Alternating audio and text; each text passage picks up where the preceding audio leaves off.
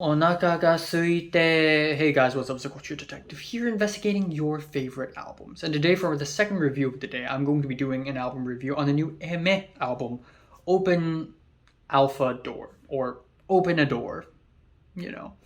So, Japanese pop singer songwriter Eme is back with a new album.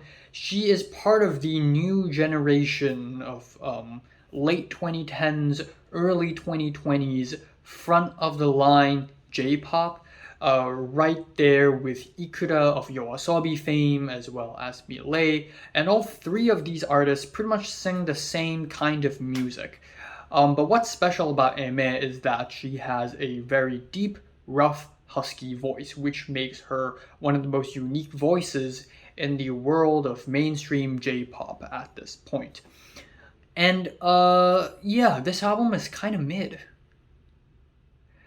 Unfortunately, I have to say that half of the tracks on this album are opening songs or ending songs to animes or live action TV shows, and every other track that's not part of that category just feel very forgettable. We have the title track, which has a synthy ambient intro. It's very futuristic, it's very bright, it's very clean, and that leads to Zankyo Sanka, which, if you don't know, is one of my favorite singles from last year, one of my favorite songs as well. This is essentially the opening theme song to Demon Slayer Season 2, and it is hype in pure musical form. I honestly really love this track. It has these explosive pianos and horns, really rough vocals. Eme really gives her best singing these crazy lines. It's incredibly catchy, passionate, and fiery, and I know I just described the most basic anime OP ever, but the instrumental goes an extra step, and this track is a full-blown anthem, and I just really love that.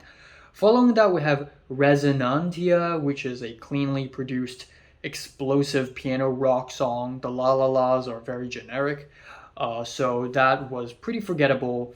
But then after that, we have Deep Down, which is one of the EDs to Chainsaw Man Season 1, and I think it's good for what it is.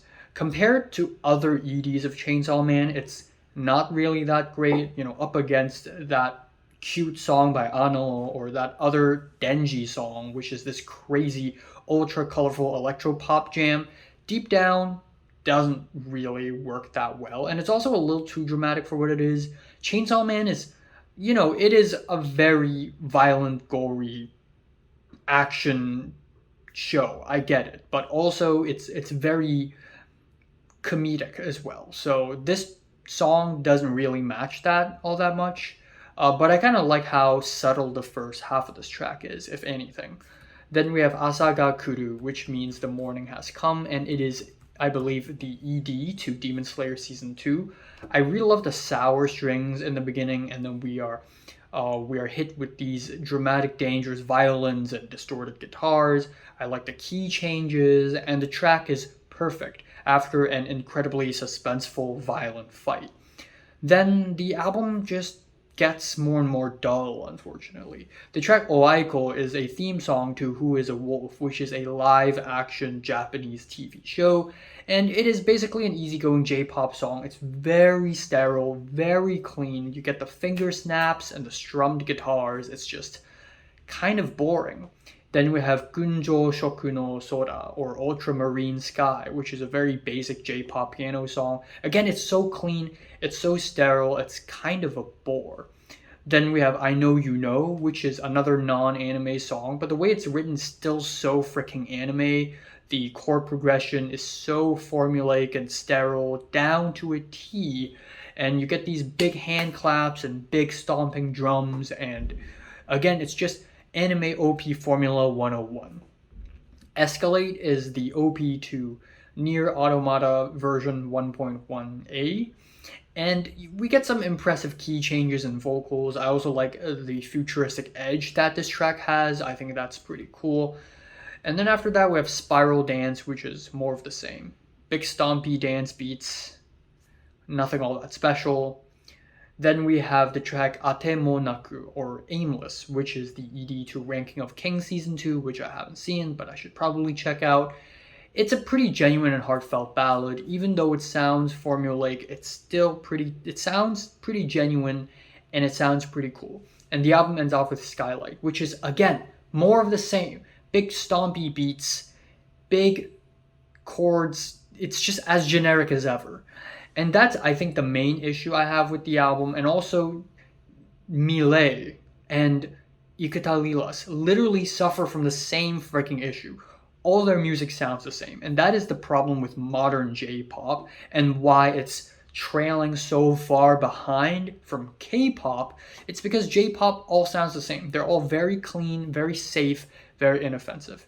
And sure, clean, safe, inoffensive ballads can be very beautiful in and of itself. But the thing is, when every single track literally sounds the same, they really run themselves into a creative corner. And I don't blame Ame or Millet or Ikutadiras or any other contemporary artists. It's mainly just the record labels and the songwriters having no creative freedom at all and not trying anything new at all. Whereas we see K-pop dabbling into drum and bass and breakcore and jungle and house and disco, but J-pop is just stuck at the stagnant state. So yeah, overall, I'm not really impressed with this album. I'm feeling a strong 5 on this album. Yeah.